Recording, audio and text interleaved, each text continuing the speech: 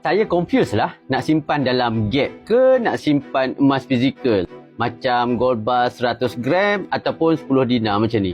So sekarang ni kalau tuan-puan keliru nak simpan dalam Gap ke dalam bentuk emas fizikal ke, ini bergantung pada bajet tuan-puan. Kalau tuan-puan punya bajet nak simpan bermula dengan RM100, memang saya akan cadangkan tuan-puan untuk simpan dalam akaun Gap.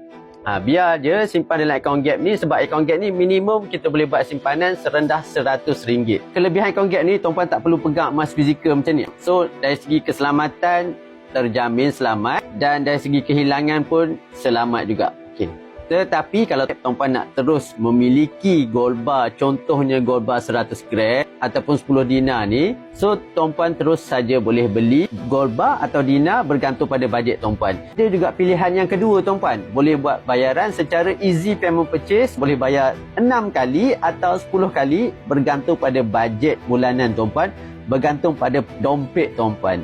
So paling penting tuan-puan, semua cara belian dalam Gap ke ataupun belian emas fizikal, bayar secara lansam ke ataupun bayar secara easy payment purchase ke, semuanya patuh syariah. Jadi kalau nak mulakan simpanan emas, Gap ataupun emas fizikal, boleh klik link di bio saya, daftar secara percuma, lepas tu saya akan guide tuan-puan untuk mulakan simpanan emas. Jangan kelirukan lagi pemikiran tuan-puan, mulakan sekarang. Semoga bermanfaat.